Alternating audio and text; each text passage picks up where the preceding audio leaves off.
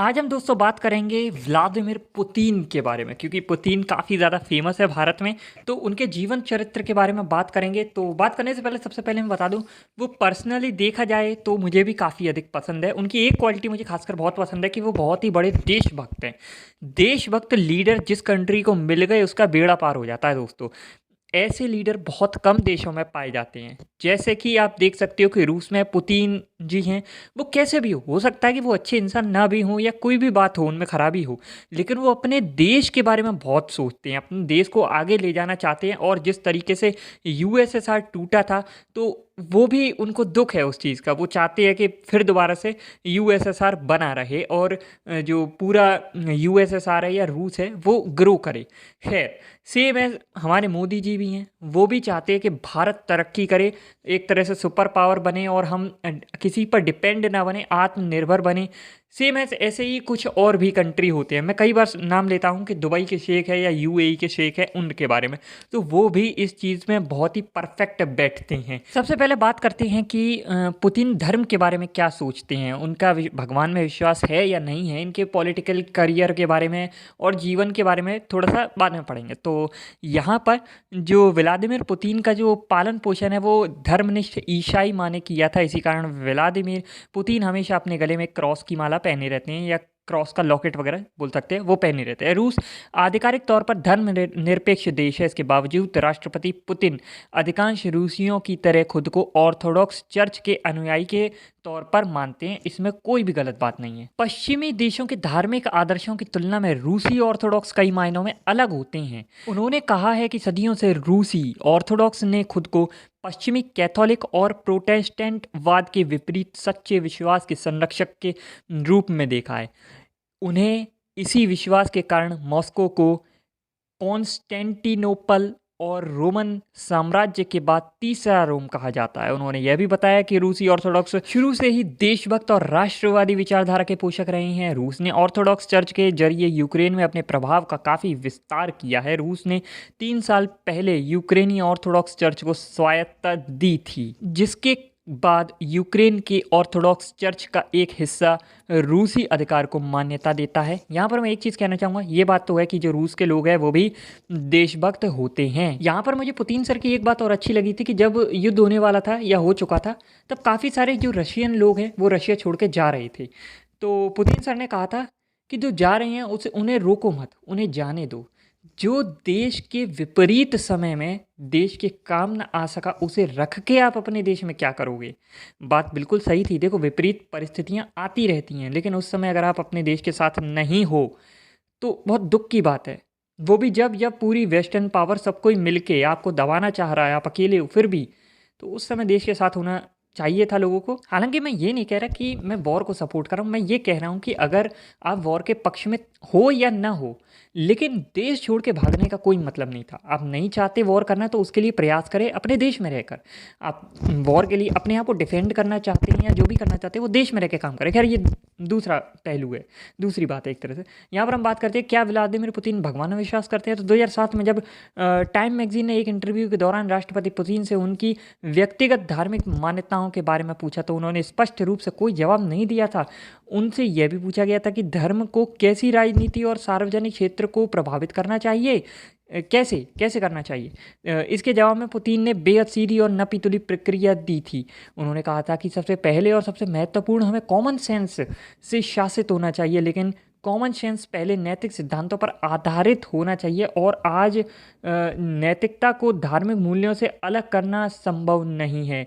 मैं विस्तार से ज़्यादा नहीं बताऊंगा, क्योंकि मैं अलग अलग दृष्टिकोण वाले लोगों पर अपने विचार नहीं थोपना चाहता। देखो कितनी अच्छी बात कही है इन्होंने। इसके बाद पुतिन सर से पूछा गया कि क्या आप सर्वोच्च ईश्वर में विश्वास करते हैं, जिसका उन्होंने उत्तर देने से इनकार कर दिया, क्योंकि उन्होंने आगे कहा कि ऐसी चीज़ें हैं जो मुझे विश्वास है मेरी स्थिति में हैं, कम से कम हर किसी के उपभोग के लिए जनता के साथ साझा नहीं की जानी चाहिए। सीधी बात में कहूँ तो वो विश्वास करते हैं पर ब्रह्म में या फिर सर्वोच्च ईश्वर में। अब ईश्वर अपने हिसाब से सब लोग अलग अलग मान सकते हैं कि मैं इसको मानता हूँ, इसको मानता हूँ, इसको मानता हूँ। चलिए, तो अब बात करते हैं थोड़ा सा और पुतिन सर के बारे में। तो इनका जन्म जो हुआ था वो 7 अक्टूबर 1952 में हुआ था। वे 7 मई 2012 से रूस के राष्ट्रपति तथा 2018 में हुए राष्ट्रपति चुनाव में 76% वोट हासिल करने के पश्चात अगले कार्यक्रम के लिए भी निर्वाचित हुए हैं। इससे पहले भी वो सन 2000 से 2008 तक रूस के राष्ट्रपति रह चुके हैं और 1999 से 2000 तक और 2008 से 2012 तक रूस के प्रधानमंत्री रह चुके हैं। मतलब एक जनरेशन जो 90 के दशक में पैदा हुई होगी वो तो तब से पुतिन सर को ही देख रही है। आपको पता है पुतिन ने 16 साल तक सोवियत संघ के गुप्तचर संस्था केजीबी के अधिकारी के रूप में सेवाएं दी हैं, जहां वे लेफ्टिनेंट कर्नल के पद तक पदोन्नत हुए थे। 1991 में सेवानिवृत्त होने के पश्चात उन्होंने अपने पैतृक शहर सेंट पीटर्सबर्ग से राजनीति में कदम रखा। 1996 में वह मॉस्को में राष्ट्रपति बोरिस येल्त्सिन के प्रशासन में शामिल हो गए एवं येल्त्सिन के अप्रत्याशित रूप से इस्तीफा दे देने के कारण 31 दिसंबर 1999 को रूस के कार्यवाहक राष्ट्रपति बने। तत्पश्चात पुतिन ने वर्ष 2000 और फिर 2004 का राष्ट्रपति चुनाव जीता। रूसी संविधान के द्वारा तय किए गए कार्यकाल सीमा की वजह से वह 2008 में लगातार तीसरी बार राष्ट्रपति पद के चुनाव में खड़े होने के लिए अयोग्य थे। आपने सुना होगा कई जगह पर ऐसा कानून है कि केवल 3 बार ही आप जो है राष्ट्रपति वगैरह बन सकते हो, उसके बाद नहीं है, या कई जगह 2 बार भी है। तो ऐसे ही इनके साथ भी हुआ था कि ये नहीं बन सकते थे। लेकिन फिर क्या होता है कि 2008 में दिमित्री मेदवेदेव ने राष्ट्रपति चुनाव जीता था, जब ये नहीं बन पा रहे थे, और प्रधानमंत्री के रूप में पुतिन को नियुक्त किया था। सितंबर 2011 में कानून में बदलाव कर दिया इन्होंने। इसके बाद क्या होता है कि राष्ट्रपति पद के कार्यकाल की अवधि 4 साल से बढ़ाकर 6 साल हो गई थी एवं पुतिन ने 2012 में राष्ट्रपति पद के लिए एक तीसरे कार्यकाल की तलाश में चुनाव लड़ने की घोषणा भी की थी। इसके चलते कई शहरों में रूस के में विरोध होता है कि भाई ये कैसे कर रही हैं, ये तो फिर वही चीज़ है, आप रूल तोड़ रहे हो। लेकिन मार्च 2012 में उन्होंने यह चुनाव जीत लिया था और वर्तमान में 6 वर्ष के कार्यकाल की पूर्ति कर रहे हैं वो अभी भी। 2018 में वो राष्ट्रपति चुनाव में 76%, जैसे कि मैंने बताया कि वोट हासिल किए थे उन्होंने। और प्रधानमंत्री और राष्ट्रपति के रूप में पुतिन के पहले कार्यकाल 1999 से 2008 के दौरान वास्तविक आय में 2.5 गुना वृद्धि हुई, वास्तविक पारिश्रमिक में 3 गुना से अधिक वृद्धि हुई, बेरोजगारी और गरीबी आधी से कम हो गई है एवं रूसियों द्वारा आत्म मूल्यांकन जीवन संतुष्टि में काफ़ी बढ़ोतरी हुई है। पुतिन के पहले राष्ट्रपति कार्यकाल को आर्थिक वृद्धि के दौर के रूप में देखा जाता है। और मैं हमेशा कहता हूँ नॉर्मल लोगों को और क्या चाहिए, केवल उन्हें ये चाहिए कि हमें सुरक्षा मिल जाए, रोजगार मिल जाए, हमारा देश आगे बढ़ जाए और साथ ही साथ धर्म की आज़ादी मिल जाए। मतलब वो पूरा आज़ादी में आ जाता है कि हम क्या करना चाहते हैं क्या नहीं, ये हम ही डिसाइड कर सकें। तो ये सारी चीज़ें पुतिन सर उन्हें प्रोवाइड करा रहे हैं। और जनता को क्या चाहिए, हाँ हो सकता है थोड़े उतार चढ़ाव आ रहे हों और वो आते रहते हैं, लेकिन अभी भी आप देखोगे कि जो फॉरेक्स रिजर्व है ना, वो हमारे पास जितना है ऑलमोस्ट उतना ही है रशिया के पास। ऐसा नहीं है कि बहुत कम हो। और उनकी करेंसी भी आप देख रहे हो हमारे बराबर है, ऐसा नहीं है करेंसी बहुत गड्ढे में चली गई ना, करेंसी भी ठीक ठाक परफॉर्म कर रही है। रूस की अर्थव्यवस्था में लगातार 8 साल तक समवृद्धि हुई है। क्रय शक्ति यानी कि खरीदने की क्षमता में 72% की वृद्धि हुई है एवं जो जीडीपी है उसमें 6 गुना वृद्धि देखने को मिली है। तो और क्या चाहिए भाई लोगों। हाँ अभी हो सकता है वॉर के कारण थोड़ी स्थिति खराब हो गई हो। जैसे कि मैंने बताया इनका जन्म सेंट पीटरबर्ग में हुआ था, लेकिन उसका नाम पहले लेनिनग्राद था। इनके पिता का नाम व्लादिमीर स्पिरिदोनोविच पुतिन और माता का नाम मारिया इवानोवना शेलोमोवा था। माफ़ करना अगर थोड़ा गलत ले लिया हो तो। उनकी माँ फैक्ट्री मजदूर एवं पिता सोवियत नेवी में कार्य करते थे। उनकी माता एक कारखाने में काम करती थी। इनके पिता 1930 के दशक में पनडुब्बी बेड़े में सेवा करते थे और द्वितीय विश्व युद्ध के दौरान शत्रु को घात लगाकर हमला करने वाले दस्ते में भर्ती हो गए थे। युद्ध के दौरान उन्होंने एक कारखाने में फोरमैन के रूप में काम किया। व्लादिमीर अपने परिवार के तीसरे बच्चे थे और उनके 2 बड़े भाइयों की बाल अवस्था में ही मृत्यु हो गई थी। सुनकर दुख हुआ सर जी। सन 1975 में पुतिन ने लेनिनग्राद राजकीय विश्वविद्यालय की से स्नातक की उपाधि प्राप्त की और फिर केजीबी में काम करना शुरू किया, जिसे वह सन 1991 तक करते रहे। सफल लीडर इसलिए माने जाते हैं पुतिन क्योंकि इन्होंने जो अपना करियर है वो शुरू से स्टार्ट किया है। हमारे राहुल बाबा की तरह नहीं है कि डायरेक्ट पीएम बनना चाहें। जैसे कि यहाँ पर देखो कि 1990 में पुतिन को लेनिनग्राद के मेयर अनातोली सबचाक के सलाहकार के रूप में नियुक्त किया गया। उन्होंने अपनी राजनीतिक जो करियर है वो यहीं से शुरू किया। 28 जून 1991 को वे सेंट पीटर्सबर्ग महापौर कार्यालय की विदेश संबंध समिति के प्रमुख बने, जहां उन्हें अंतर्राष्ट्रीय संबंधों और विदेशी निवेश को बढ़ावा देने की जिम्मेदारी मिली। इसीलिए तो ये आर्थिक जानकारी रखते हैं कि किस तरीके से देश में पैसे को और भी बढ़ाया जा सके। इसके अलावा भी पुतिन ने सेंट पीटर्सबर्ग में कई अन्य राजनीतिक और सरकारी पदों पर कार्य किए हैं। अब यहाँ से इनकी किस्मत बदलती है।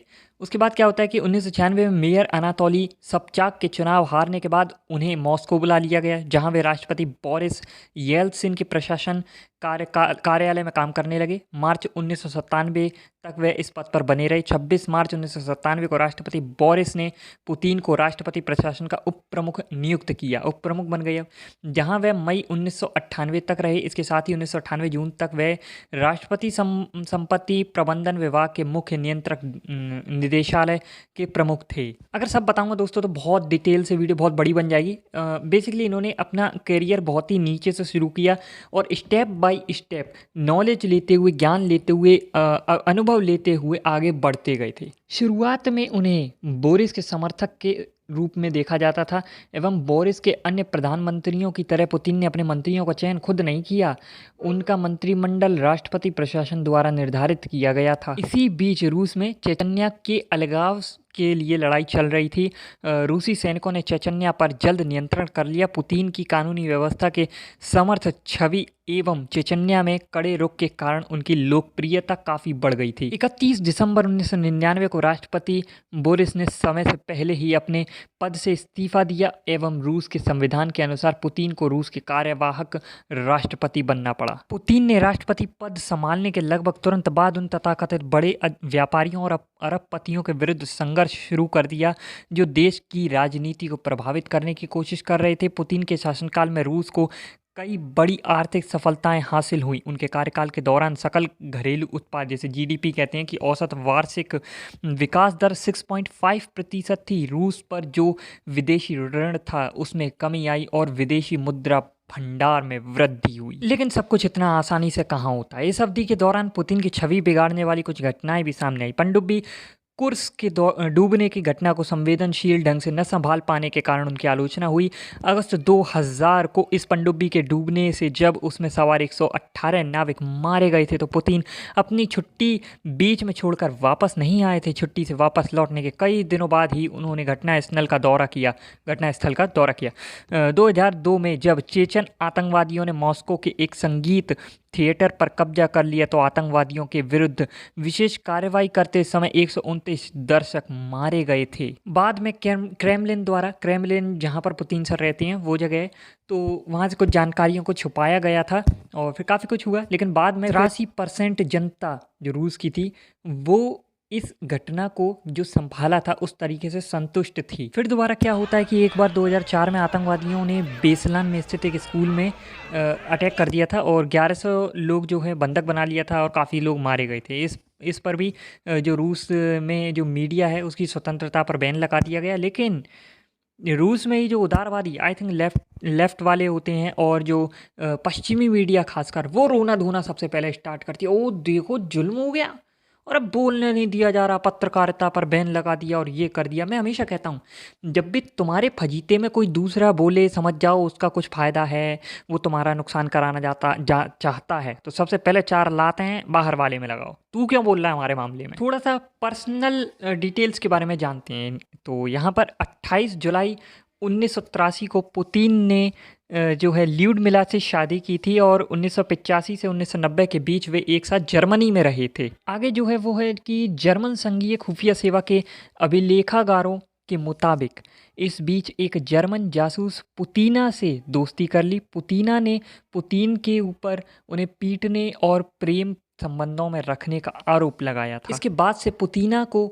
पुतिन के साथ बहुत कम देखा गया। इसके बाद भी कई समाचार पत्रों ने बताया कि पुतिन को अलीना और अन्ना चैपमैन जैसी अन्य महिलाओं के साथ भी देखा गया है। उनका नाम उनके साथ जोड़ा जाता है। हालांकि हमारे पुतिन बाबा ने इन सब बातों का खंडन किया कि भाई अगर मैं किसी से मिल लूँ, किसी कमर में हाथ डाल लूँ तो मेरी गर्लफ्रेंड थोड़ी ना हो गई है, ये तो यूरोप में नॉर्मल है, इसके बाद व्लादिमीर पुतिन और उनकी पत्नी ल्यूडमिला ने 6 जून 2013 को शादी टूटने की घोषणा करने के साथ अपने रिश्तों पर सालों से चल रही अटकलों को भी विराम दिया। पुतिन और उनकी पत्नी से उनकी 2 बेटियां भी हैं, जिनका नाम है मारिया पुतीना, जो कि 28 अप्रैल 1985 में जन्मी थी, और येकातेरिना पुतीना, सॉरी नाम गलत लिया हो तो, ये 1986 में जन्मी थी। कई जगह इनकी दूसरी बेटी का नाम कैटरीना तिखोनोवा करके भी बताया जाता है, और उनकी बेटियां पूर्वी जर्मनी में पली बड़ी, और प्रधानमंत्री के रूप में उनकी नियुक्ति तक उन्होंने मॉस्को में स्थित जर्मन स्कूल से शिक्षा प्राप्त की। रूसी के अलावा